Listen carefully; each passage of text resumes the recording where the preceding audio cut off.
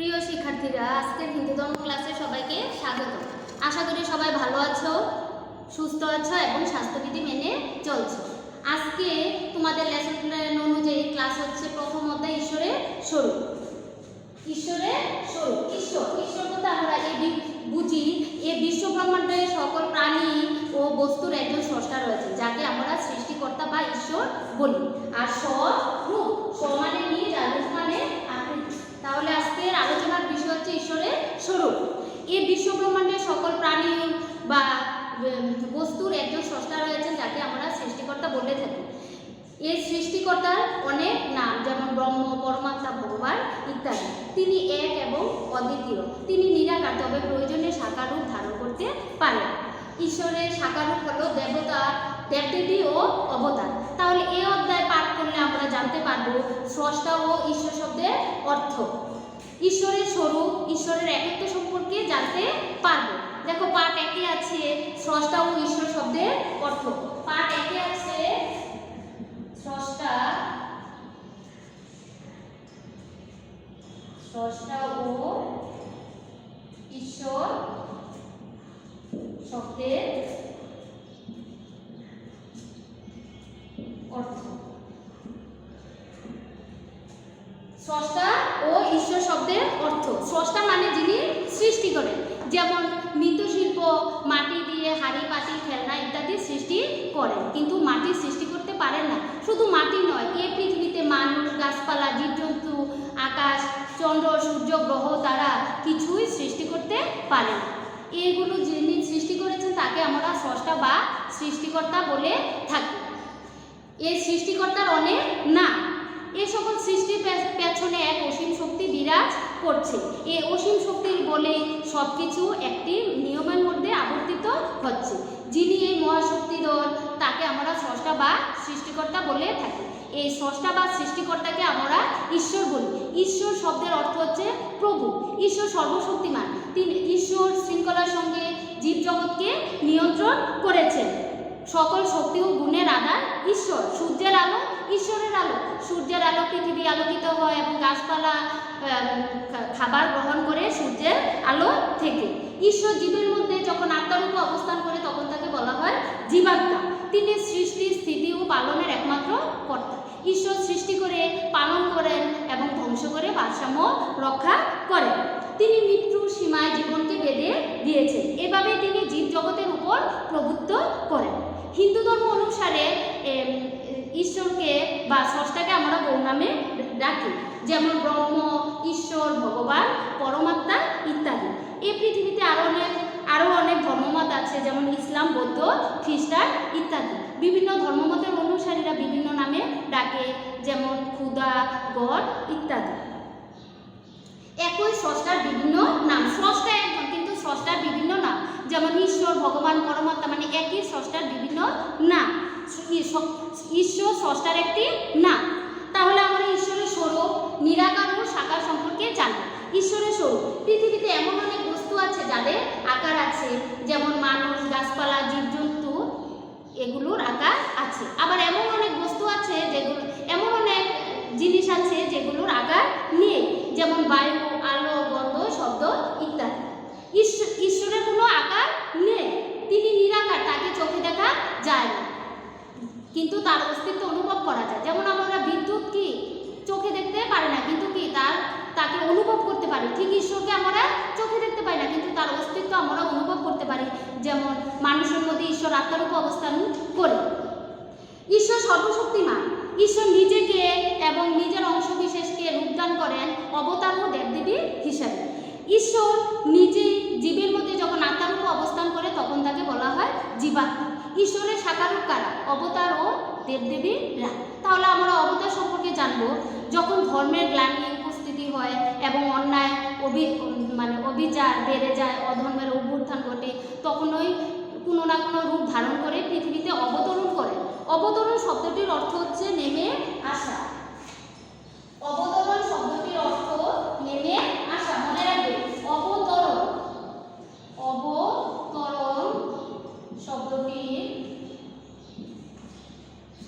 শব্দটির অর্থ হচ্ছে নেমে আসা, নেমে আসা। অবতরণ শব্দটির অর্থ কি? নেমে আসা। ঈশ্বর যখন বিশেষ কোনো উদ্দেশ্যে পৃথিবীতে নেমে আসেন তখন তাকে বলা হয় অবতার। যেমন যেমন রাম মানে ত্রেতা যুগে রামরূপে অবতীর্ণ হয়েছিলেন, রাম রাবণ সহ দুর্বৃত্তদের দমন করেছিলেন। তারপরে দ্বাপর যুগে ঈশ্বর বা ভগবান স্বয়ং শ্রীকৃষ্ণ রূপে নেমে এসেছিলেন। অন্যান্য অবতার ঈশ্বরের অংশ, কিন্তু শ্রীকৃষ্ণ ঈশ্বরের পূর্ণ অবতার। কৃষ্ণ তো ভগবান স্বয়ং, এর অর্থ হচ্ছে শ্রীকৃষ্ণ স্বয়ং ভগবান। তাহলে দেবদেবী সম্পর্কে আমরা এখন জানবো। দেবদেবী ঈশ্বরের কোনো গুণ বা শক্তি যখন আকার পায় তখন তাকে বলা হয় দেবদেবী। ঈশ্বরের বিভিন্ন দেবদেবী কাকে বলে? ঈশ্বরের বিভিন্ন গুণ বা শক্তি যখন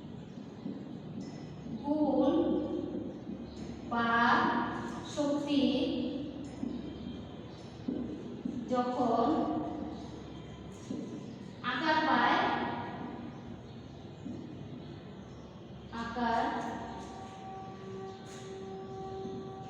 পায় তখন তাকে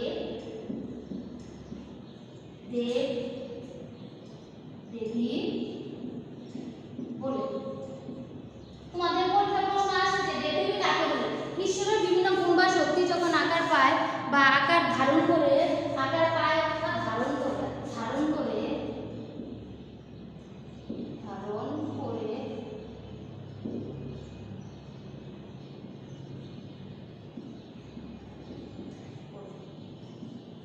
ঈশ্বরের বিভিন্ন গুণ বা শক্তি যখন আকার ধারণ করে তখন তাকে দেবদেবী বলে।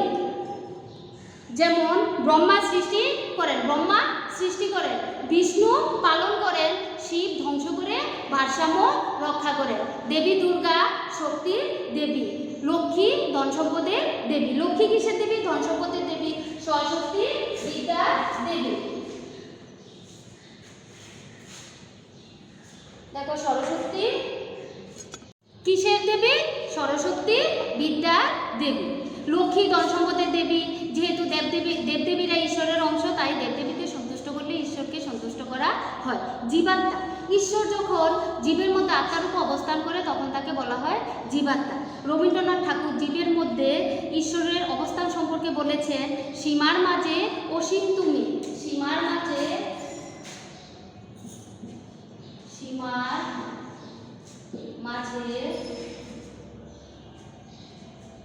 অসীম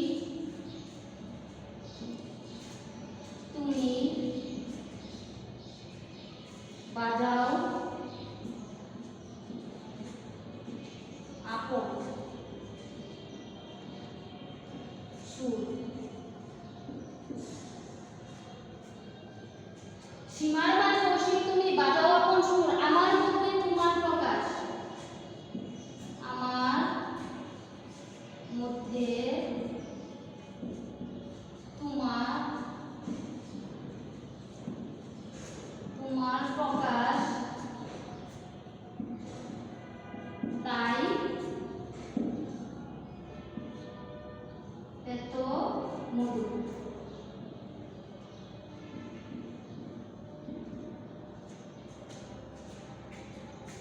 দেখো কবিতাটি হচ্ছে, সীমার মাঝে অসীম তুমি বাজাও আপন সুর, আমার মধ্যে তোমার প্রকাশ, তাই এত মধুর।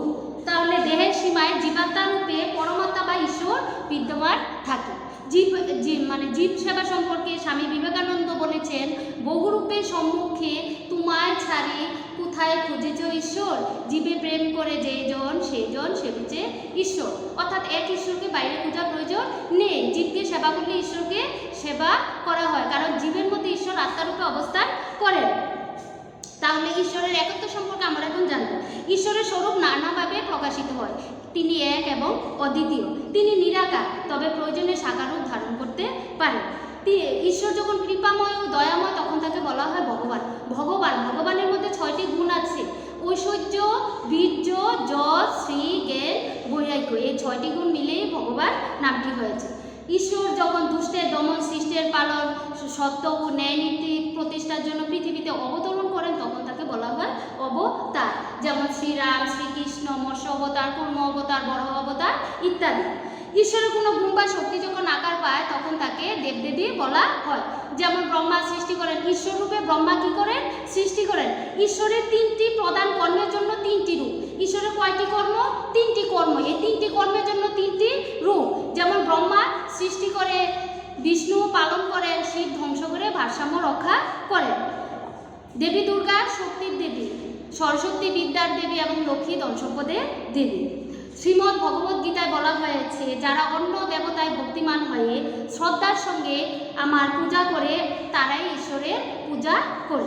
ঈশ্বর সকল যজ্ঞ ও পূজার ফলদাতা।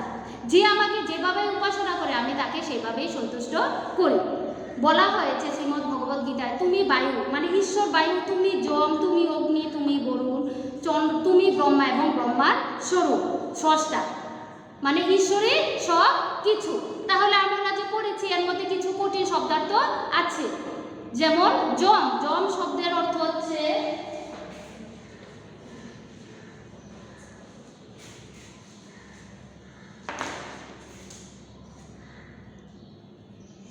যম, যম শব্দের অর্থ হয়েছে মৃত্যুর দেবতা।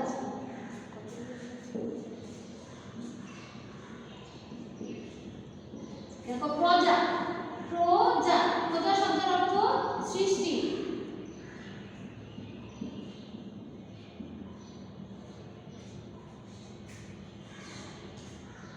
প্রপিতামহ, প্রপিতামহ,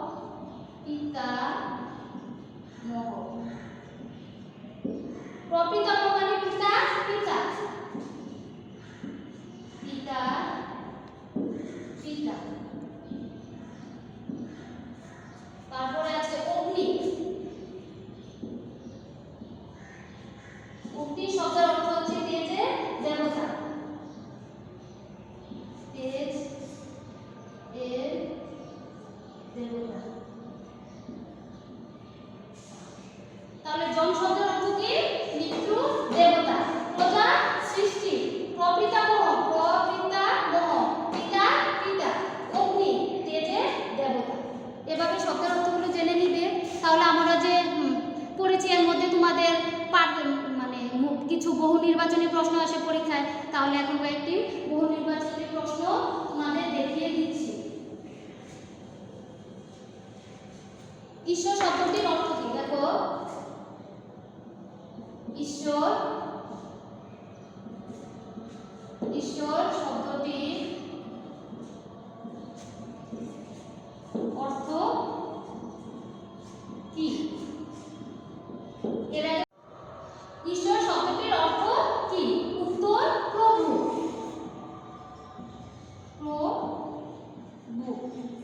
প্রশ্ন 2, ঈশ্বরের কয়টি কর্ম? এর আগে বলেছি ঈশ্বরের 3টি কর্ম। ঈশ্বরের কয়টি কর্ম?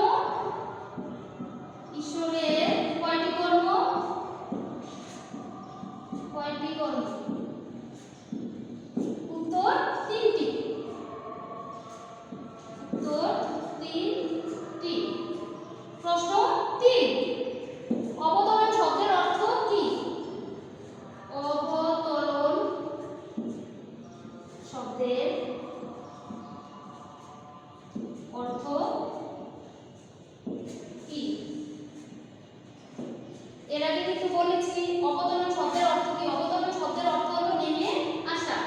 উত্তর নেমে আসা। তাহলে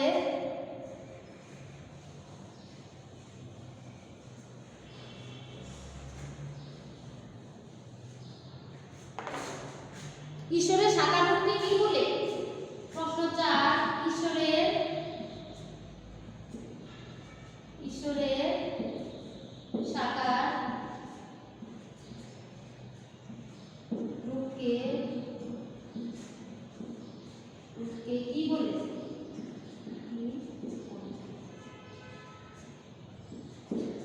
ঈশ্বরের সাকার রূপকে কি বলে? দেবদেবী। উত্তর দেবদেবী।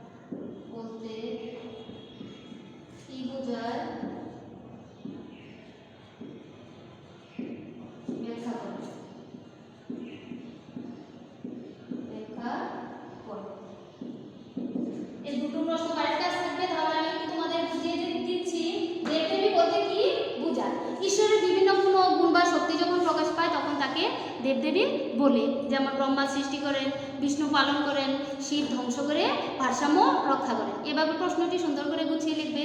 তারপর প্রশ্ন 2 আছে অবতার বাদ বলতে কি বোঝায় ব্যাখ্যা করো। অবতার বাদ, ঈশ্বর যখন বিশেষ কোনো উদ্দেশ্যে পৃথিবীতে অবতরণ করেন, অবতরণ শব্দটির অর্থ হচ্ছে নেমে আসা। তাহলে ঈশ্বর যখন বিশেষ কোনো উদ্দেশ্যে পৃথিবীতে অবতরণ করেন তখন তাকে বলা হয় অবতার। যেমন রাম অবতার, শ্রীকৃষ্ণ অবতার, মৎস্য অবতার, কুর্ম অবতার, বরাহ অবতার ইত্যাদি। এভাবে প্রশ্নটি সুন্দর করে গুছিয়ে লিখবে। সামনে পরীক্ষা, ভালো করে পড়াশোনা করবে। আজকে ক্লাসটি এখানে সমাপ্ত।